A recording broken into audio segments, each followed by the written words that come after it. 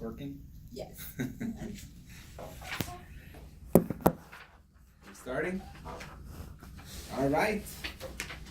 Welcome, everybody. It's the 20th day of Kislev, 5779. It's also November 28th, 2018. And we're on lesson 6 of the Kabbalah of Happiness. And tonight we're going to tackle the question. By the way, we're up to the 6th lesson. Are you guys happy yet? Oh, yeah. Not so happy. Tonight we're going to tackle the question, is happiness... Actually, I want to also press my recording. I'm sorry. There we go. 20th of Kislev 5779, November 28, 2018.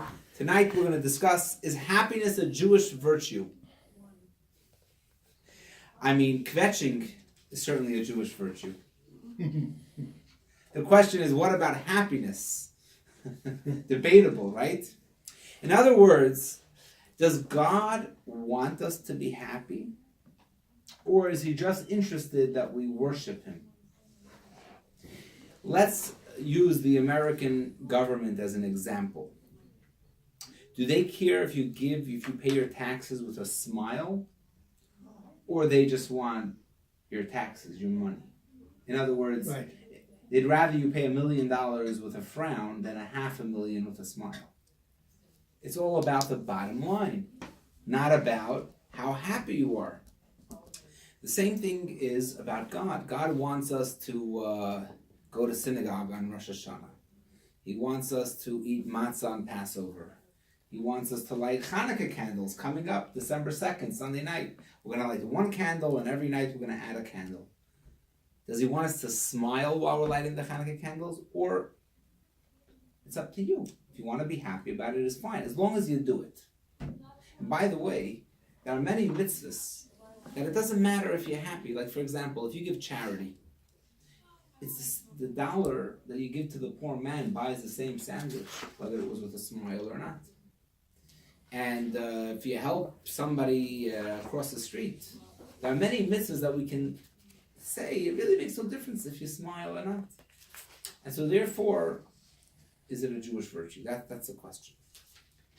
But before we tackle happiness, I want to talk about a very special holiday that we celebrated yesterday and today.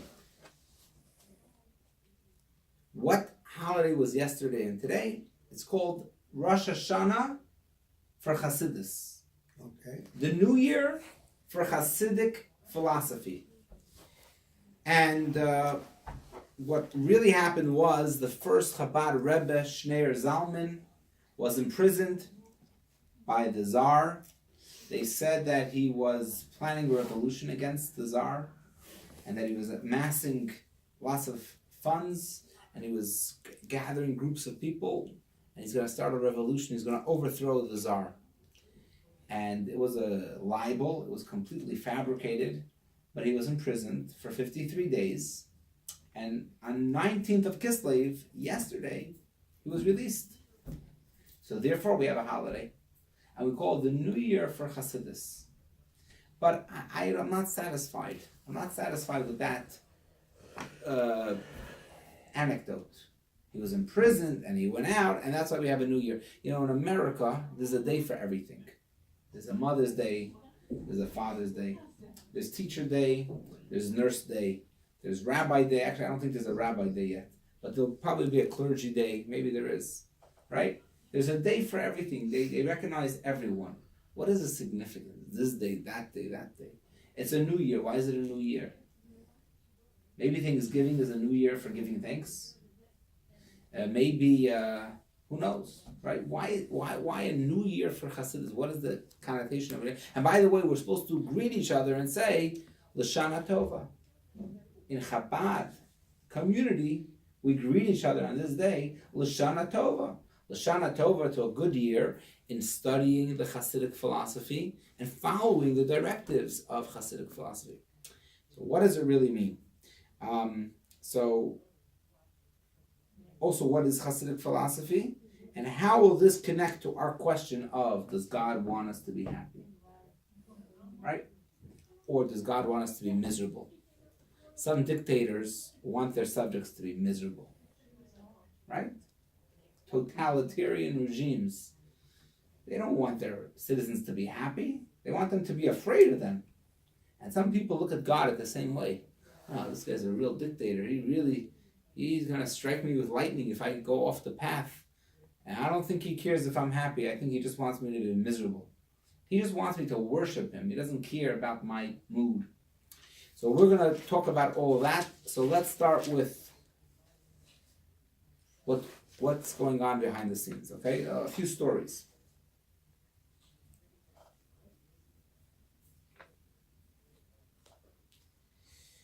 So, after 53 days of the Alter Rebbe being in prison, they finally released him.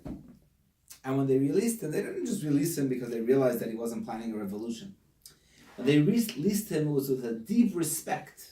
They realized that this man was a holy man. I'm going to add one story. I wrote a bunch of stories to say, but give me your pen quickly. Thank you.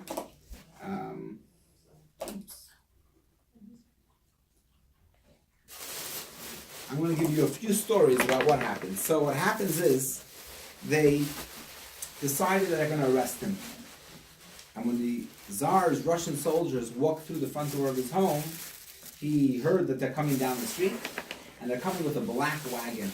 The black wagon was for political prisoners, and it didn't mean it good. It meant that it was very dangerous. To be a political prisoner against the Tsar was a very dangerous crime. It was worse than stealing or murder. Right. So he quickly ran out the back door. I think it was actually the holiday of Sukkot, and he went away. And he went into hiding for a few days. He came back to his home, but then he was trying to think, should he allow himself to be arrested? He actually discussed it with some of his top students. Should I allow myself to be arrested, or should I go into hiding? And one of the students said that if you are a true Rebbe, a true teacher, a true man of God, so what do you care if they arrest you? They won't be able to harm you. But based on that logic, he went back home, and when they came the next time to arrest him a few days later, he was home. They took him in the black wagon. That was the beginning of the 53 days. On their way, it was like Thursday evening or something when they took him. On Friday afternoon, he told the wagon driver, it's Friday, it's noon. I had the law, Jewish law says that we don't travel Friday afternoon because it's too close to Shabbos. So we're not supposed to travel. So if you don't mind, why don't you pull over to the side of the road and we'll spend Shabbos right here on the side. And the wagon driver looked at him like, don't you know who you are? Don't you know where you are? You're a prisoner. I'll tell you what to do. Well, guess what? They continue going, and the axle of the wagon breaks. And they're not in town. They're on the road. Till they sent a message to the town to bring a blacksmith to fix the axle. Rabbi Shneur Zalman said, maybe you can move to the side of the road. It's getting awfully close to Shabbos. And he says, be quiet. They continue going with a new axle, and the horse dies. So they quickly find a farm where there's a horse. They said, this is the Tsar soldiers. Give us your horse. Take a horse, and they start continuing, and for some reason the carriage just won't budge. So the guy finally realizes who he's dealing with, not a simple prisoner. He said, if you don't mind, would you just allow the carriage to go until the next village so that we can at least stay at a hotel? The Rebbe said, no, it's too late for that. Just pull over to the side of the road. That was the beginning. In the prison cell, the Rebbe was visited by many ministers who wanted to find out about this holy man. In fact, one minister said, he was a very learned scholar. He said, I studied the book of Genesis, where Adam and Eve eat from the tree, and then they're hiding from God, and God says, where are you? God asked them, Adam, Eve, where are you? And the minister asks the Rebbe, didn't God know where they were? So the Rebbe gave him one of the classic explanations, and the minister said, the classic commentaries I study also. Not only do I know the Bible, I know the commentary, the Jewish commentaries. I want to know if you have an original explanation. What do you say? That's what he asked the Rebbe. And the Rebbe says, the first Rebbe, the Alter Rebbe, we call him the old Rebbe. He said, God is asking a person that lives 55 years. That was how old the minister was. The minister didn't say how old he was, but the Rebbe knew. The Rebbe says, if a person lives for 55 years in this world, God asks him, where are you? What have you done in 55 years? Where are you holding in your mission in life? And the minister was just floored by this response. First of all, that he knew how old he was, but also it was an original insight. God, I think he even asked the minister, do you believe that everything in the Bible is true? And he said, yes. And do you think that the Bible is relevant to us today? And the minister said, yes. That's my belief, that it's relevant to us today. And then he told him this explanation, that it's God asking each and every one of you. So the minister was obviously a very religious man. The Tsar himself came to visit the Rebbe in prison, but it wasn't befitting that the Tsar should go visit a prisoner. That's not honorable, right? So he would dress up. The Tsar had a trick. He would dress up in simple clothing and make believe he was a simple person. He would go out into the streets sometimes to find out what people are saying about him. He'd go to the bars, to find out what the drunkards are saying about him. But he dressed up in regular, simple clothing, like a regular soldier, and he walks into the jail cell of the Rebbe. When he walked in, the Rebbe stood up and said a blessing. He said, what was that blessing that you just mumbled in Hebrew? He said, that's a blessing that we say when we see a king. He said, how did you know that I was the king?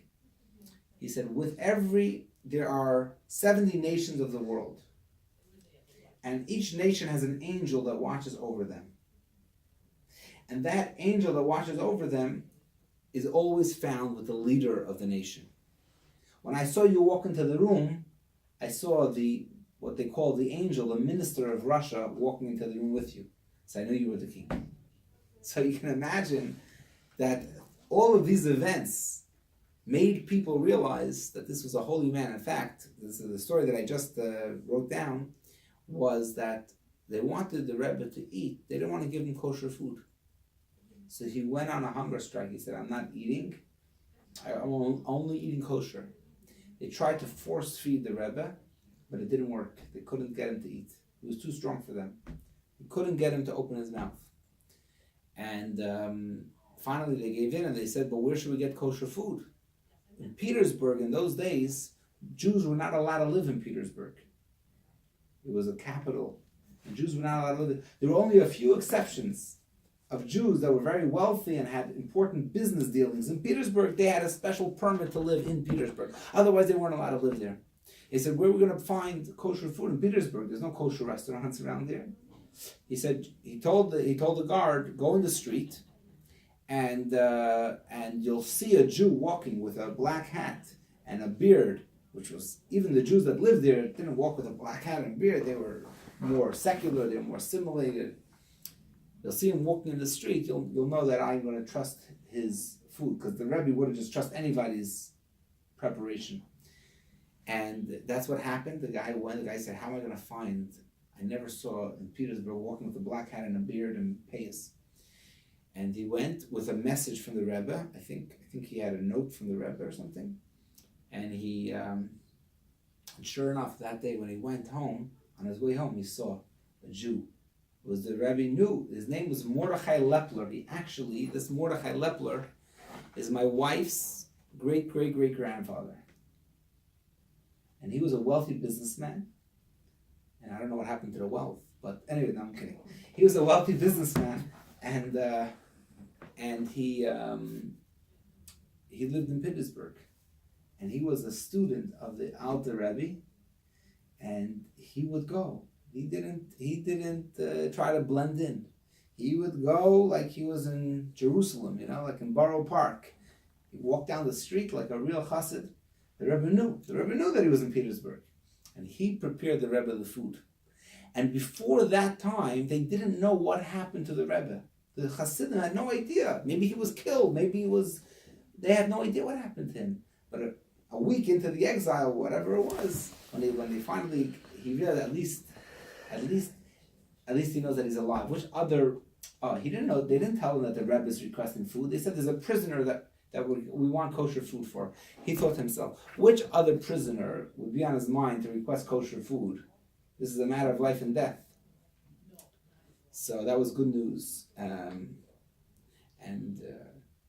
He was interrogated and asked 22 questions about his teachings, which seemed to be rebellious statements, and he answered them brilliantly until they said they can go out. Fine, that's the story. Now, he had two other distinguished visitors come to visit him. Two visitors from heaven. His teacher was named Dov Ber, had passed away 26 years before. And the Baal Shem Tov was his teacher's teacher, had passed away 13 years before that, 39 years earlier. They came to visit him in this prison cell. Okay? Obviously, how did they get in? What do you mean? They were coming from heaven. In heaven, there's no locks. So they were able to come in. So they came in and they visited him in prison. And he turned to his teacher and he said, why was I imprisoned? What did I do wrong that I deserve to be in prison? And they told him, you're teaching too much. You're too much teaching Torah. So he said, should I stop? They said, no. Let me explain to you what I mean that he's teaching too much Torah. I mean, he's teaching too much Torah. There was once a king. Another story, but this story is a parable. There was once a king and he had only one son. And this son was going to be the king after him, the heir to the throne. And one day the son became deathly ill. Very, very ill. And they had no idea what was wrong with him. They called the greatest doctors. I mean, he's the king. They called the greatest doctors of the land. And they, before you could find the cure, what do you have to do first? Find out what the illness is. You have to know what it is. You have to have a diagnosis. The worst thing is not to know what is the diagnosis, because then you can't even look for a cure. They didn't know what was wrong with the prince. They didn't have a diagnosis. Until finally, there was a great professional, great expert doctor that came. They call him a professor, expert doctor. And he diagnosed the illness. And he said, I know the cure. The problem is, the cure is to find a very rare and precious jewel, gem, to grind it up, and the powder, give the child to drink, to mix it with water, give the child to drink. That gem has properties, has healing properties. That is a cure for this illness. So where are we going to find this gem? They searched and they searched until they realized that they had the gem all along. That jewel was the crown jewel on the king's crown. The center jewel right on the top. So they asked the king, they said, should we ruin your crown? Because that we have the jewel, but it's your center, your crown jewel. I was debating whether I should Yeah, get it. it's okay. I won't. I'll do it in a few minutes. Should I go to exactly? So,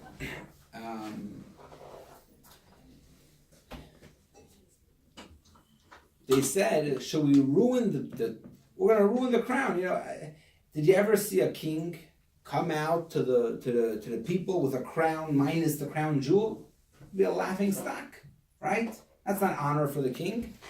So the king said, of course, my son's life is at stake. The doctor said, yes, your son's life is at stake, but he's so ill, he can't even drink anymore. So it's all a risk. It's a risk. We're going to grind up the jewel, we're going to put it into what? He can't even drink. The king said, do it. Try to spill it into his lips, and maybe a few drops will go in and cure him, or begin to cure him.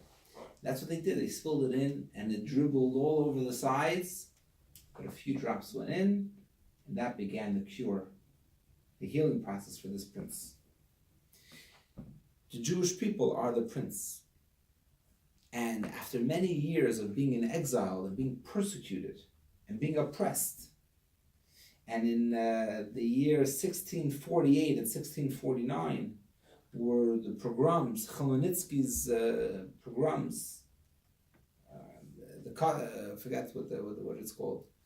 And there was false messiahs that came up before that and said, I'm the Messiah, Shabtai Tzvi. He said, I'm the Messiah, I'm going to bring all the Jewish people to the Holy Land. And then he was found out to be a fake. And he converted to Islam. And the people's hopes were soaring so high. And then it was plummeted down. And they realized that is just an imposter. And spiritually and physically they were oppressed. And it was terrible times for the Jewish people. It's like a prince that is deathly ill. What is the cure?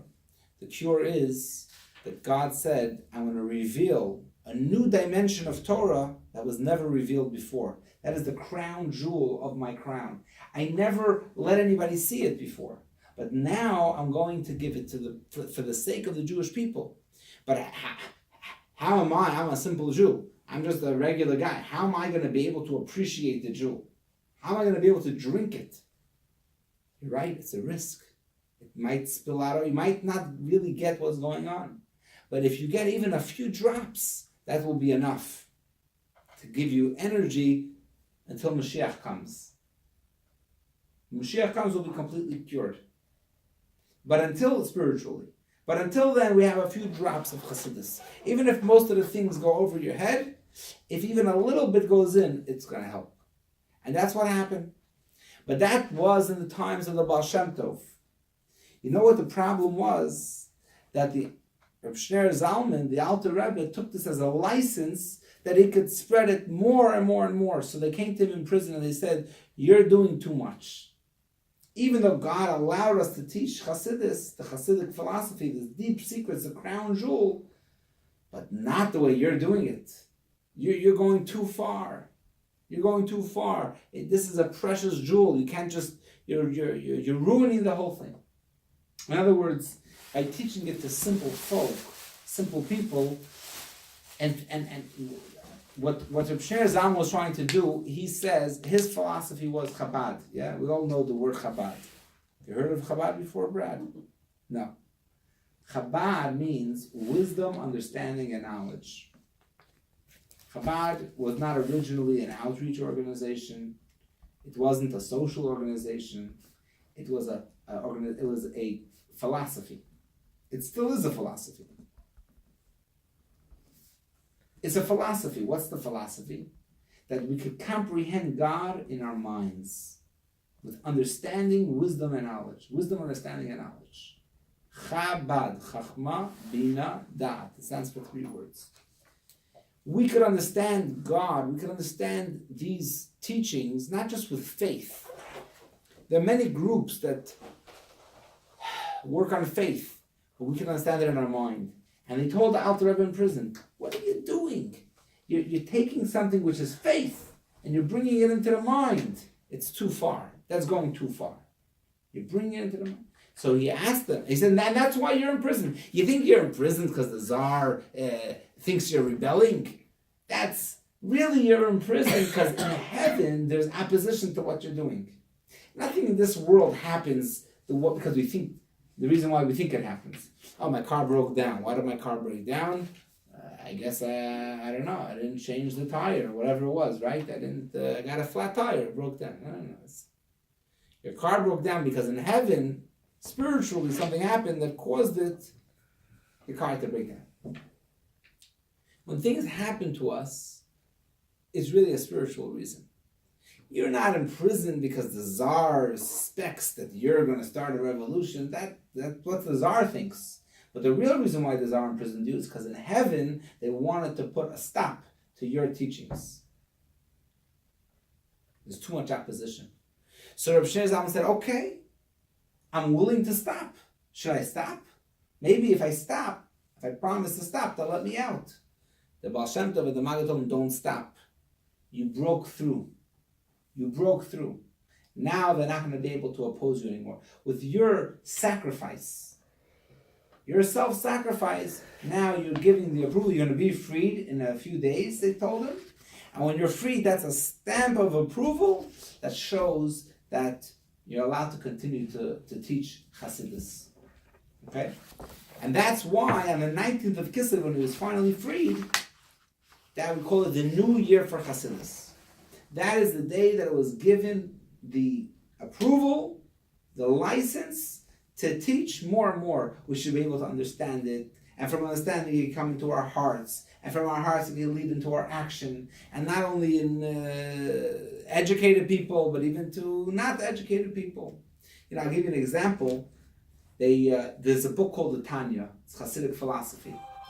And they translated it into Braille for blind people. When they did that, I think it was in the 90s, early 90s, the Rabbi said, wow, this is a new step in spreading the teachings of Hasidus.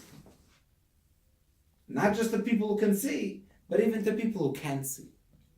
And now with the internet, in the early 90s also, let me just think, I think in the late 80s and early 90s, Chabad.org, which is now the biggest website for Judaism, started already, I think, in the late 80s and early 90s. Before it was common. I don't know exactly what was around in those days, but through the internet, he was able to reach people. The founder of Chabad.org was able to reach people who were living without a Jewish community. I mean, even till today, people could be living all alone somewhere in igloo in Alaska. But if they have Wi-Fi, they can connect. That means it's a new dimension of spreading Hasidus. So why don't you have computers in your houses? That's a good question. Why don't I have computers in my houses? So, it's not the topic of the class, but I'll just say this, that it's a very useful tool to reach people who don't have other access. I don't need a computer in my house if I have the books, and if I have a synagogue down the block, and if I have a teacher, that gives me, then I don't need. For somebody, I'm not putting down the I think it's an amazing tool, and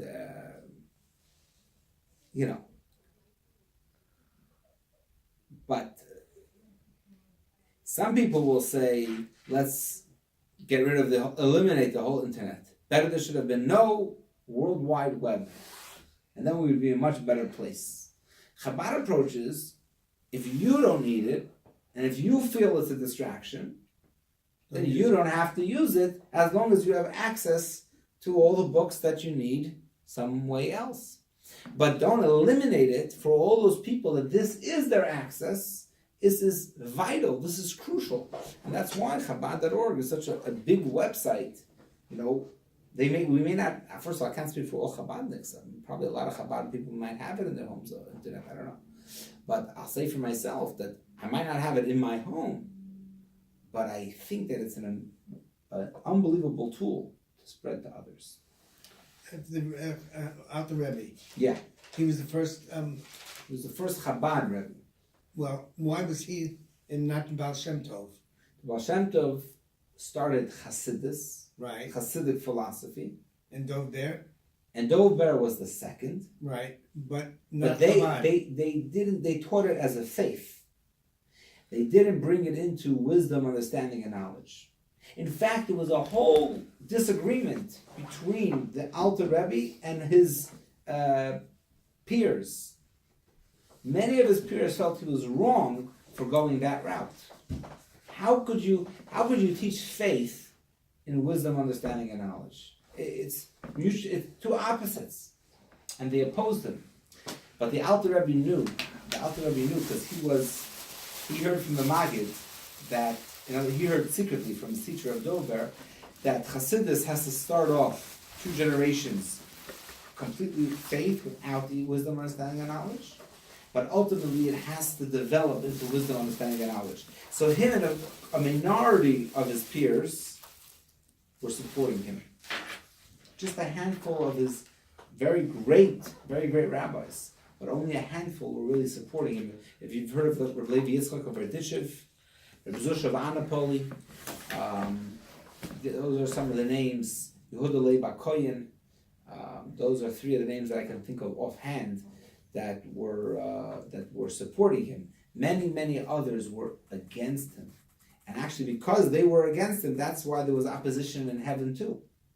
In other words, these people were great righteous people. They opposed him. And he didn't care.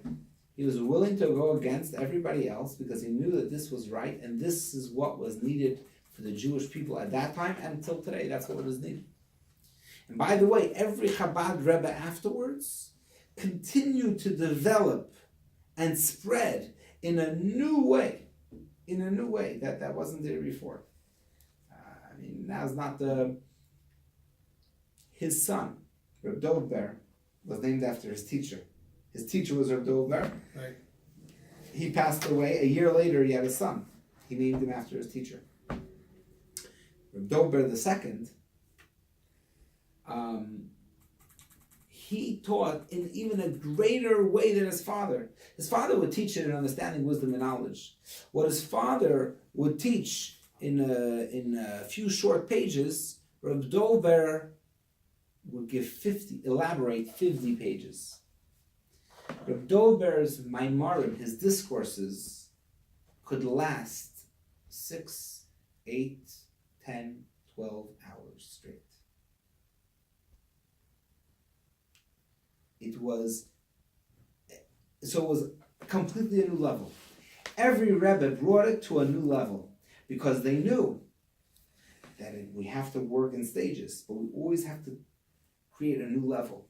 What was the previous Rebbe, the sixth Rebbe, who passed on in 1950? He was one of the first to begin translating it into other languages. Until him, there was always in Hebrew and Yiddish. He started translating it into all other languages, English, and now there's books in all languages. But that was his innovation. What was the Rebbe's innovation? The Rebbe's innovation was, one of the Rebbe's innovations, was that there should be Chabad centers. Not only there should be books, there should be actual Chabad centers in every place in the world. So each Rebbe brought it to a new level. And each time they had to break through. The Rebbe also, by the way, I'll give you, even though we came for a class tonight, but there's something called a Farbrengen. Right. Farbrengen is more informal. So they said that a Farbrengen, you have to write notes. But you don't always have to say what you wrote on the notes. Sometimes you get sidetracked and you start saying other things. I'm going to say something that I didn't prepare. The Rebbe also had opposition in heaven.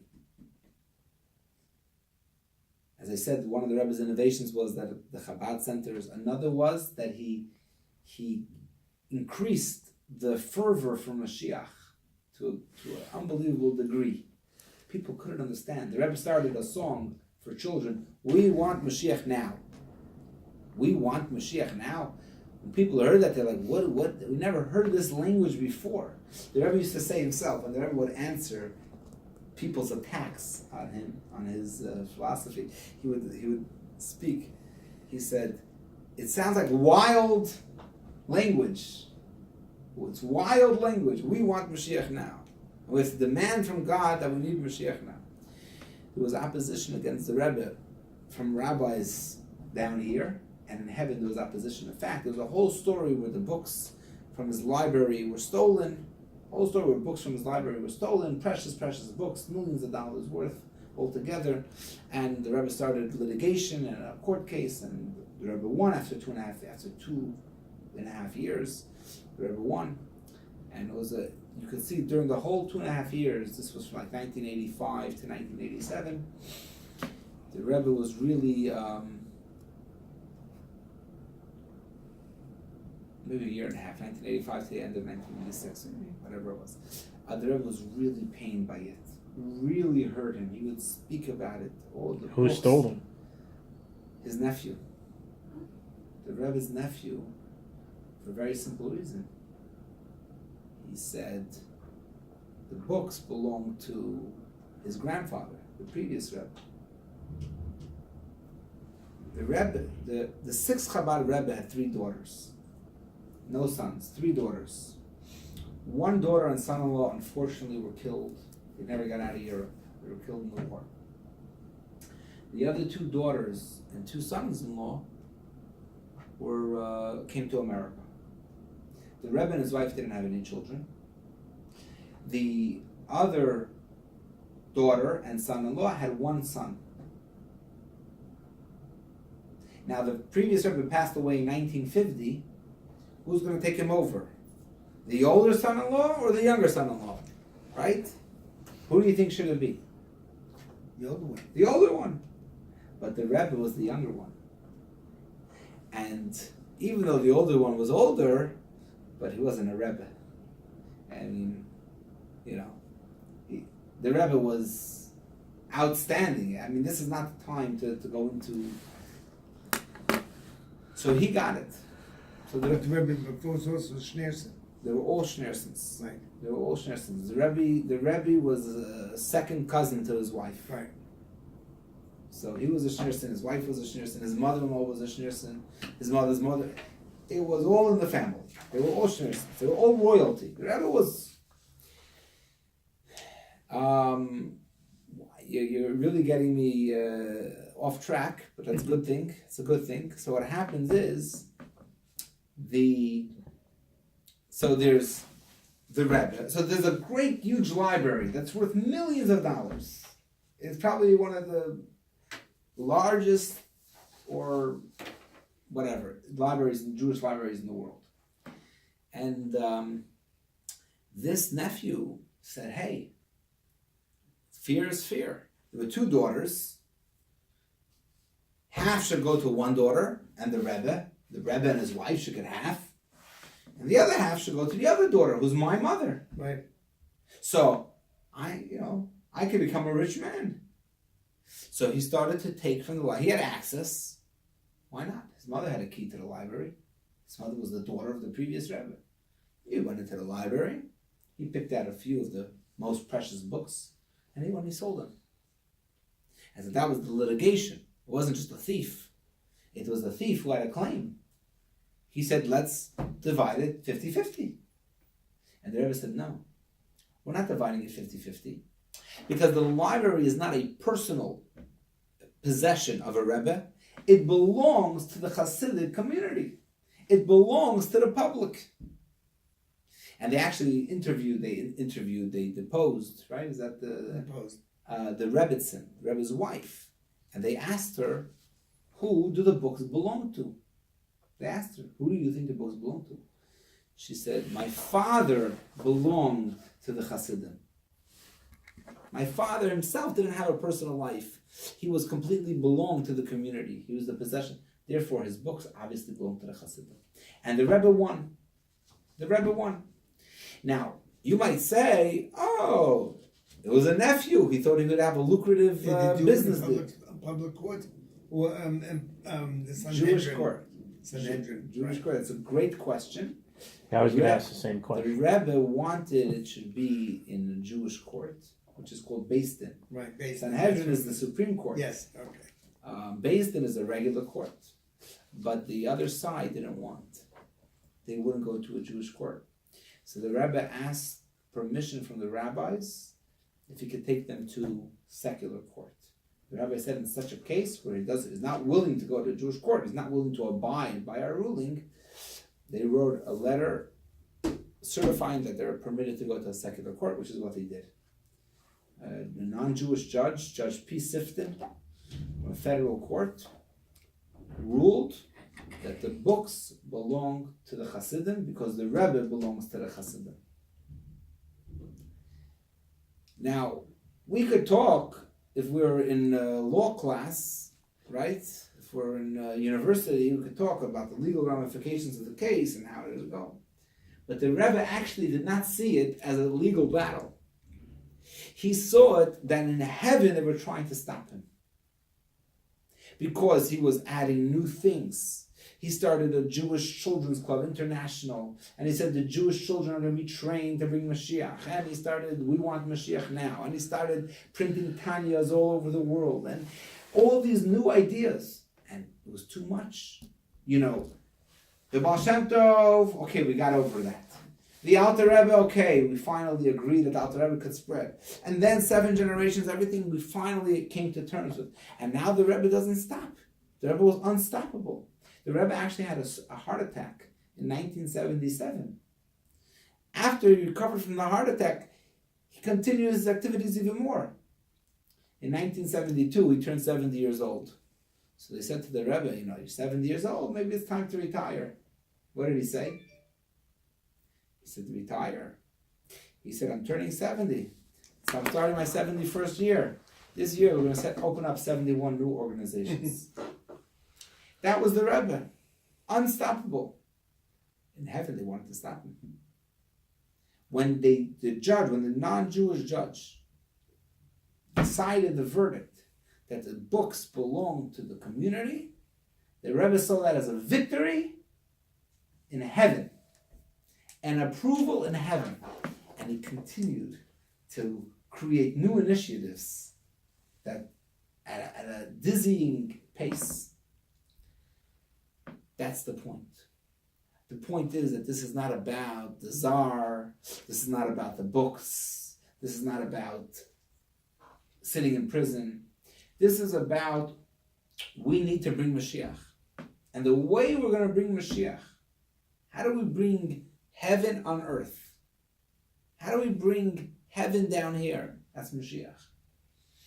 Is by following the instructions of the Rebbe. By the way, there's a book here, before I even forget, so read it when you get home, about certain ideas, sparks of wisdom, certain ideas of Chassidus. But how do we bring heaven down here? That's going to be, that's this day. The Rosh Hashanah for Chassidus, we were given the approval to go ahead. So what is this all about? So we explained a couple of things. We explained, what did we explain? We explained why it's the new year of Hasidim. We explained what is Hasidus. Hasidus is the crown jewel of God's Torah. But what about our original question? Is happiness a Jewish virtue? So after 40 minutes of talking, we're going to open up our textbooks to page 202. What page? 202. This is not Happiness 101, this is Happiness 202. Okay. And we'll start with Karen. Could You don't- I not read? You could pass. We'll go to Elliot. Text 6A, if you don't mind. Please, thank you. 6A. On top. A new happiness factor. A command of joy. Serve God with joy. Approach Him with joyful song. And please, 6B as well, the next one as well. The joy that a person takes in performing a mitzvah and in loving God who commanded it itself, a great divine service. So King David in text 6A says, serve God with joy. So yes, joy is a Jewish virtue. It's a Jewish trait. We're supposed to serve God with joy. And the Maimonides says that the joy itself, that is divine service. The joy itself is a mitzvah. If you do a mitzvah, it's a good deed. If you're happy when you do a mitzvah, it's a double good deed. Why? Why is doing a mitzvah a good deed? So, on a simple level, I think actually that question is asked on the next page, 203. It asks a series of questions. Number 2, why is such happiness important? Why is it happy? Why is it important to be happy? You know why it's important to be happy? If you're happy when you do a mitzvah, it shows that you value the mitzvah. When you give charity and you give it with a frown, it doesn't make the guy feel good. Right. When you give it with a smile, it makes the guy feel good. But that's when you're giving charity. When you're lighting your candles, who are you making feel good by smile? What does it benefit anybody that you smile when you light the Hanukkah candles? Children. If you smile, it shows that This I is important, appreciate the value of what I'm doing. and I'm going to do it again. And I want to do it again. Right. That's true. That's true. You're saying a good point. If there's children around, they're gonna that will rub off on them that they're gonna want to do it. But even if there's no children around, what if you're doing something in the privacy of your own room? You should do it with joy. Why should you do it with joy? Hasidim, by the way, would always dance. There's always a dance. In fact, I was looking some pictures. I don't remember from when.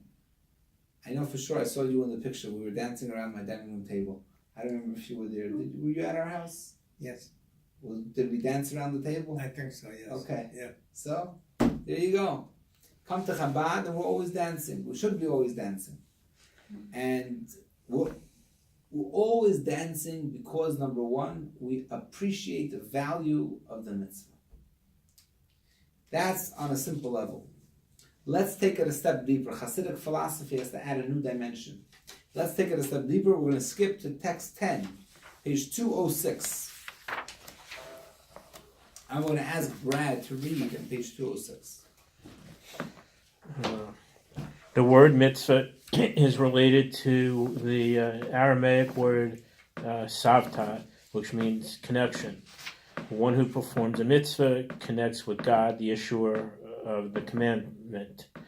This is the meaning of the Mishnaic phrase, Ethics of the Fathers 4:2.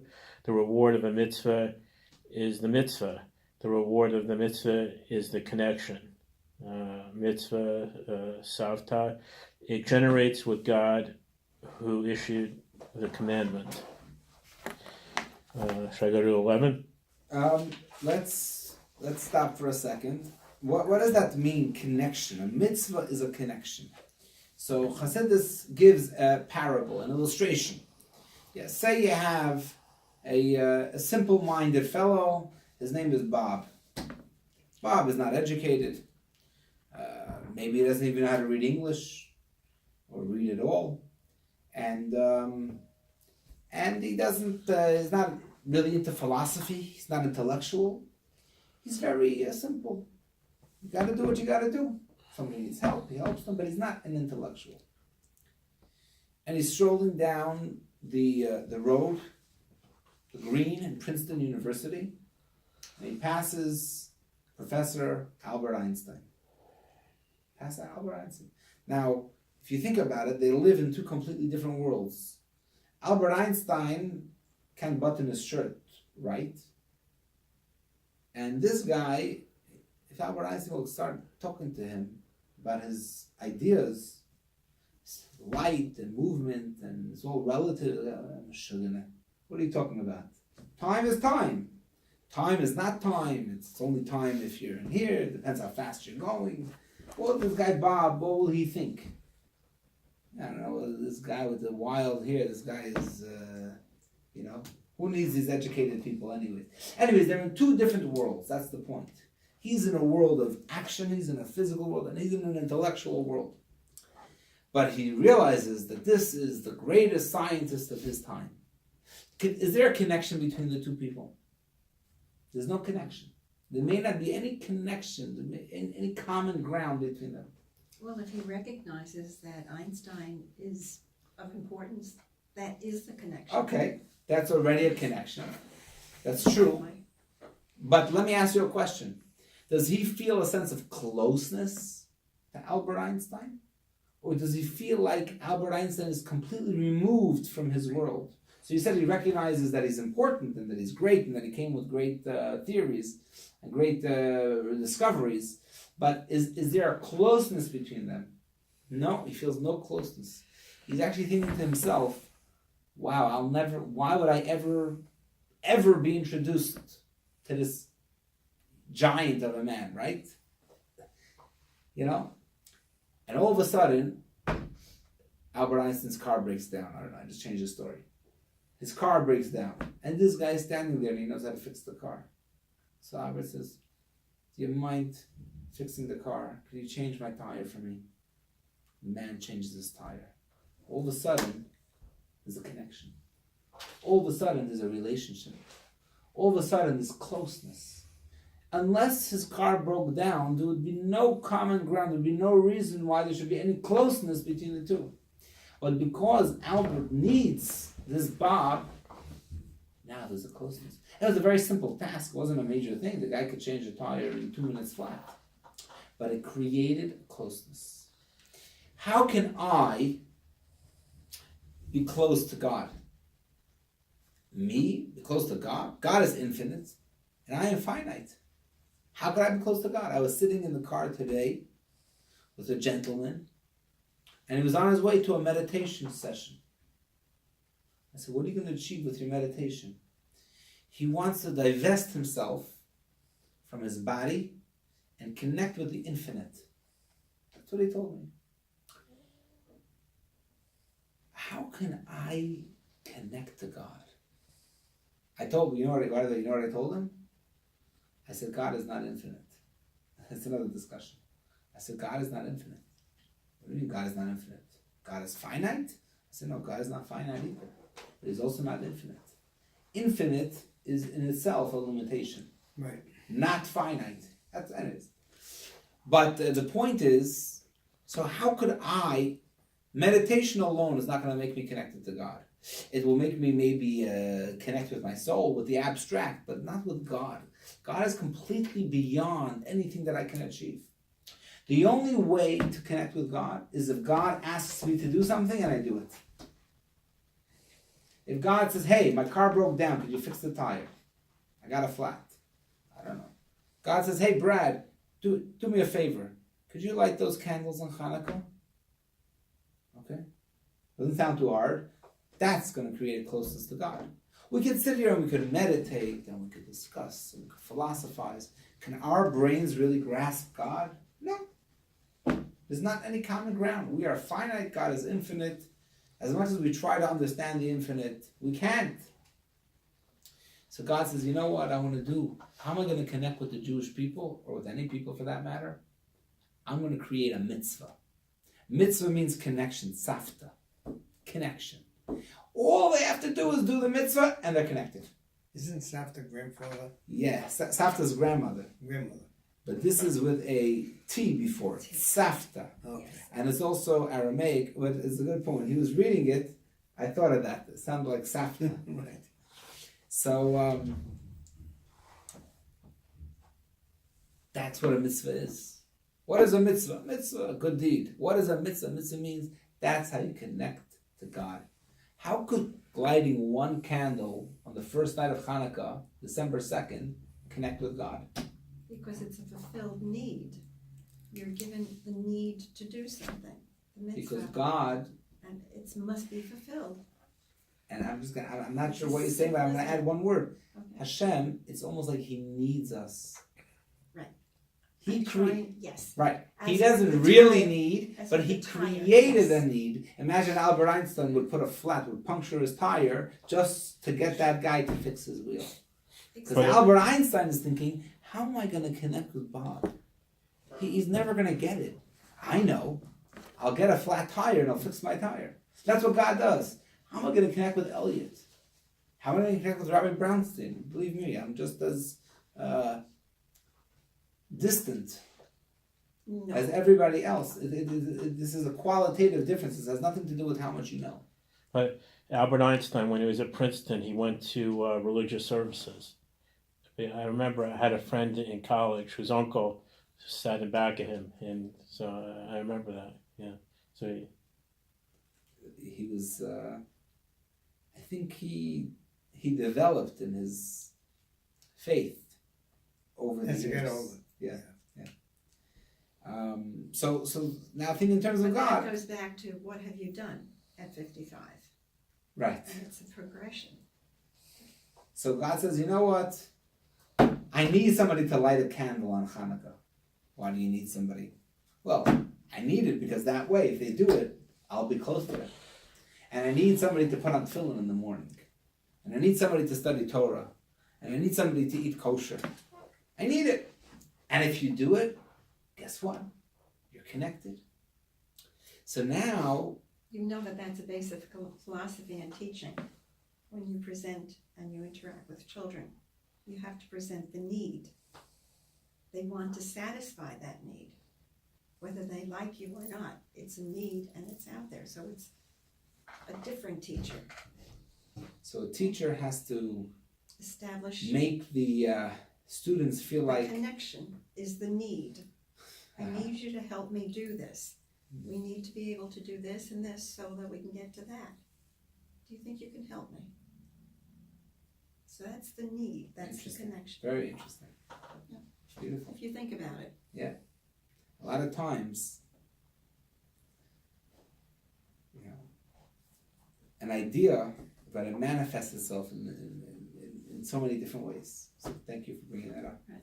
So you can say, oh, we have to appreciate it now. We appreciate the mitzvah much. Now we should be dancing with joy. Why? What's the big deal? What's the big deal? I'm becoming close to Hashem. I'm becoming close to God. And I wanted you to read text 11. You said you wanted to continue. Actually, before you read text 11, I'll get to that soon. Text 8. Go back to 205. Okay. When we contemplate God's great and wondrous creations and perceive thereby his infinite wisdom that surpasses all comparison, we will immediately love, praise, and acclaim God. And we will yearn with tremendous desire to know him, as King David stated, "My soul thirsts for the living God." Psalm 42:3. Okay, so let's now continue to text number 12a, 207, page 207. Now, 207, what is the most famous prayer that every Jew knows? Almost, as a rabbi, I meet a lot of Jews at different stages, and I would say there's a most famous prayer that every Jew knows.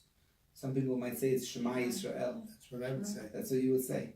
Well, it's right up there with another prayer, Baruch Atah Hashem Elokeinu Melech Haolam. Everybody knows the beginning of the blessing. Right. Then they get stuck somewhere by Asher Kedishanu, Borei, whatever, Lahadik Ner Shel. Actually, most people I know are familiar with Lahadik Ner Chanukah. But the beginning, you start with Baruch Atah Hashem Elokeinu Melech Haolam. That part they know. Right. So let's read text 12a.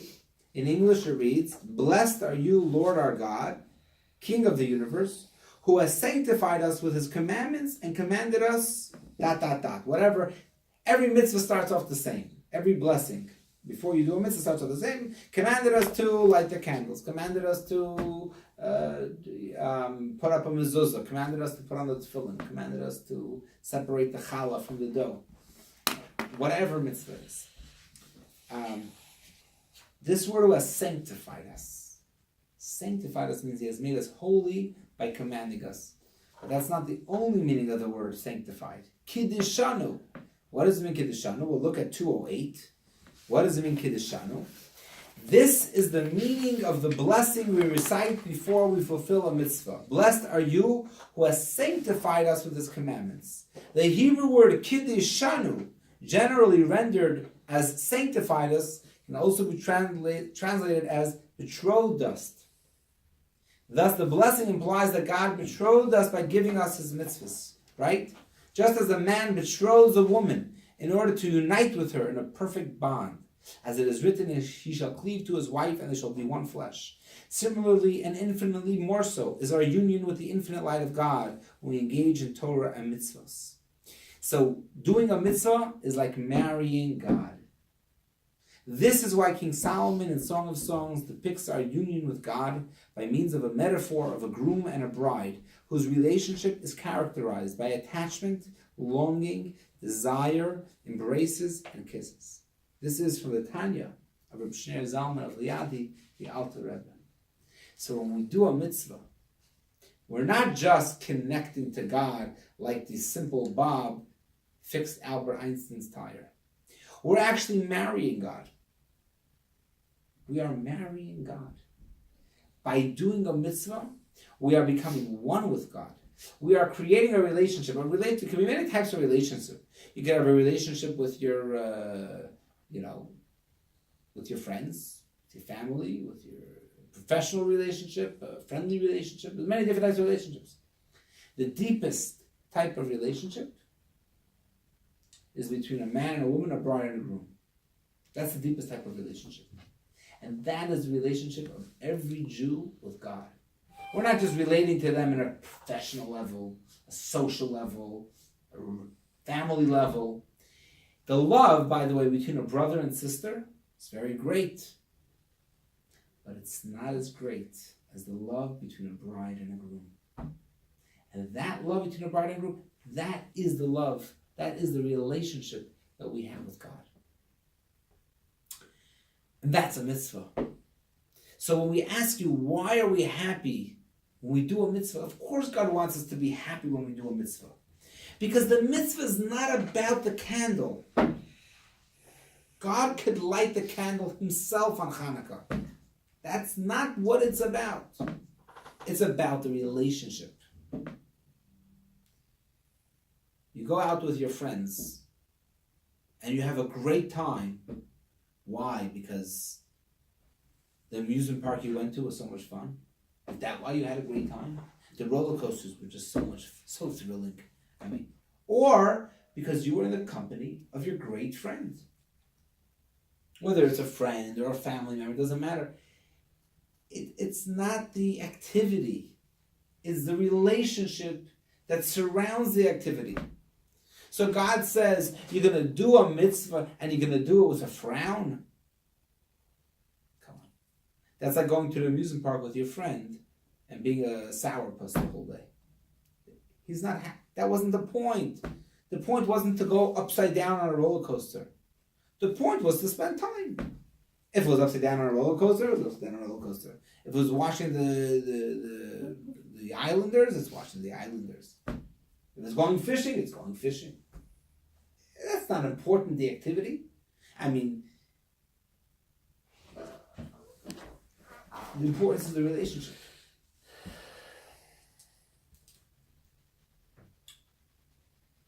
So that's what Chassidus has to say. So we're going to read one more text. Actually, on my page it says that we're going to read 3 more texts, but we'll read one more and then we'll make a conclusion of this class and the entire course as well. Okay? So the next text that we're going to read is on page 207. Actually, you know what? We're going to skip 207. It's okay. I don't want to get into a whole other discussion. Let's conclude. We have about 10 minutes left. Let's conclude the course because there's a few important things. So what's the bottom line? We spent 6 weeks together. We were happy before we came. Are we any happier now after 6 weeks?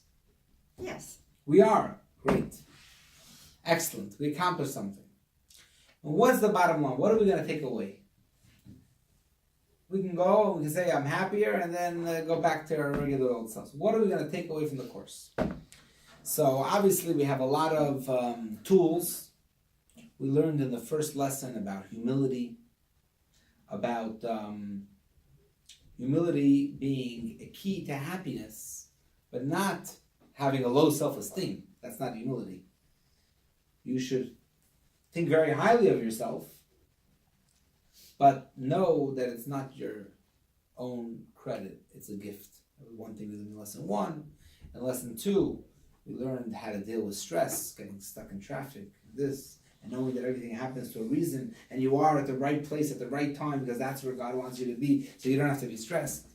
In lesson 3, we talked about verbalizing our gratitude. And by the way, that's one of the reasons why we say a blessing before we do a mitzvah. Thank God for the mitzvah. Wow, now I appreciate the mitzvah. If I didn't have to thank God for it, I wouldn't appreciate it. In lesson 4, which was last week, which we have the recording to, what do we discuss? How we can even be happy with all our flaws and imperfections. Right? And now we learned that happiness is a virtue. And just being happy is serving God. And why are we so happy? Is because we're in a relationship with God. And we're in a relationship with the infinite. It's the greatest relationship that we could be in. So what's the bottom line? What are we going to take away? So I propose 3 things. Okay? First thing is to act happy. Even if you're not feeling happy one day, act happy. Happiness is so important to make a resolution that I'm going to act happy. And eventually, fake it till you make it. Eventually, I think you should implement all the tools that we discussed. I should also implement them. But let's act happy. By acting happy, it will help us be happy. That's number 1. Number 2 is that this Hanukkah, we shall make a resolution to light the Hanukkah candles. That's the next mitzvah coming up, starting Sunday night for 8 nights. By the way, Friday night we light it only before Shabbos. It's got to be lit by 4:09. Once it becomes Shabbos, we don't light. We're a day of rest. Hanukkah, we have to light. No, once it becomes Shabbos, we don't have to light. Hopefully, we light it before. If you didn't light it before, it's okay. And Saturday night we have to light it after Shabbos is over at about 5:15. But every other night you have leeway. Anytime between 4:30 and before you go to bed. So we light the Hanukkah candles, and we should think while we're lighting the Hanukkah candles, wow, God created a need, and He needs us to light the candles, and that's what I'm doing. And I can have a relationship with God. That should be our second resolution. And a third resolution should be, I'm proposing, you can give your own suggestions. I'm suggesting. A third resolution that we should have is to try to bring the faith of God into our wisdom, understanding, and knowledge. If you're in a relationship with somebody, you want to get to know them. Some people don't understand what it means to be in a relationship with God. This is crazy. I was saying normal things until just now, right? The previous 5 lessons were pretty normal. It sounded like I'm just a regular guy, not a fanatic. All of a sudden comes the 6th lesson, and I'm talking about a relationship with God. Bride and a groom, married to God. But the real truth is that we have to, these are very abstract ideas, I skipped it, but in text number 5, it talks about a deaf person, God forbid, comes to a room with his music blasting and everybody's dancing, but he can't hear. So what does he see? He sees people making all these crazy body movements, and he thinks they've all gone mad because he doesn't hear the music, right? A child, he only wants to eat candy. He doesn't understand the delight, the pleasure of music, of art, right? Of fine wine. My kids, I make kiddush on sweet kedem. I give them a sip, they like it. Bartanura, they give a sip, they like it. If I give them to drink from the fine, I'm not a connoisseur, but if I give them to drink from the fine wine, they don't get it. But you ask a real wine connoisseur, they'll tell you, kedem. I couldn't drink it if there's nothing else. If I was in the desert, I wouldn't be able to drink it. I haven't developed a taste for it. But is there no taste? There is a taste. I don't care to develop a taste for it. I don't smoke. Is there a delight smoking a cigar? Sure there is. I don't really care to try it. But there is such a thing. There are delights, there are pleasures that are beyond our capacity to understand. Delight with God, to develop a relationship with the infinite. Well, actually, you know what it means to develop a relationship with God? It means to uncover our own soul, our own unlimited potential. That's really what it means. The only way we're going to do it is if we keep at it. Keep coming to classes. Ask me to teach Hasidus. Don't be satisfied with the watered down version. Say, Rabbi Brownstein, I read Sparks of Wisdom, and I don't want the watered down version. I want the real deal. Because I want to lift up to that abstract space of connecting with God. So, hopefully we're very happy, and we should know that happiness is a Jewish virtue, and that God wants us to be happy, and we should do everything with joy. That's number 1. We should definitely celebrate Hanukkah. In fact, I have a flyer. Everybody's invited. Sunday, December 9th is Hanukkah on ice. That's the last night of Hanukkah. And the first night of Hanukkah, it's not on the flyer. December 2nd. Oh, okay. Is that when we should be there? No. December 2nd is the Nassau Coliseum. I'm not going to be there, but it's supposed to be a mega Hanukkah bash. Fun for the whole family. Definitely look it up. And See if you'd like to go. If you don't make it to Nassau Coliseum, we're going to have something at our home at 4:45 on Sunday, December 2nd. And then if you turn it over to the back, you'll see Sunday, December 9th is Hanukkah on ice. And I will absolutely, God willing, let you know about the next class that was coming up. The next course, we're going to decide on a topic. I'm going to decide on a night. It's right now November, end of November, so possibly sometime in January, start another course. All right? Or February. So until then, you're invited to come to some of our weekly classes. And great Hanukkah. And a happy Hanukkah, that's right. A freilichen Hanukkah. A freilichen Hanukkah. Hag Sameach. And a Shana Tova. A happy new year for study of Chassidus and for the ways of Chassidus. And put your dancing shoes on. Don't forget to dance. As we finish, because I didn't grow up in a Jewish community, and one of my friends was Christian, that we were a threesome. The other gal was Jewish, Constance Guadagnino, XYZ. I could never understand, she had she was very fond of one of the nuns, and they still wore their the habits. I never verbalized it, I could not understand it. Why do they wear the marriage ring? And tonight, I understand. Oh, It took all these years. They are married To God. I guess it's God. Yes. It's not Jesus. And they're creating that relationship. And I'm finally okay with Constance. I'll have to go find her again to figure out what this Mishigas finally makes sense. The devotion. Maimonides writes that everything in this world happens for, is part of God's plan. So he asked the question, we are Jewish and we believe in the Jewish faith, obviously, but there's two great religions that were created, Christianity and Islam, that are contrary to the Jewish faith.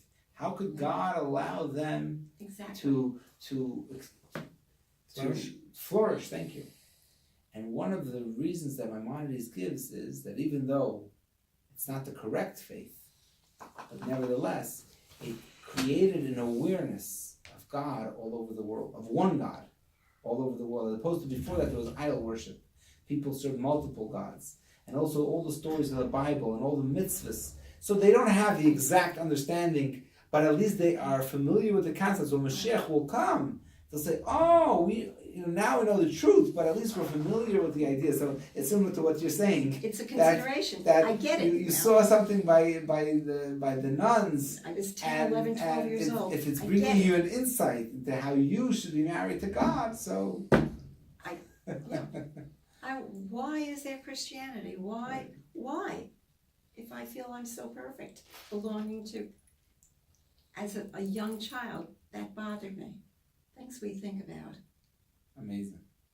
And we never verbalize. Or in the environment that I was in. It's like a therapy session.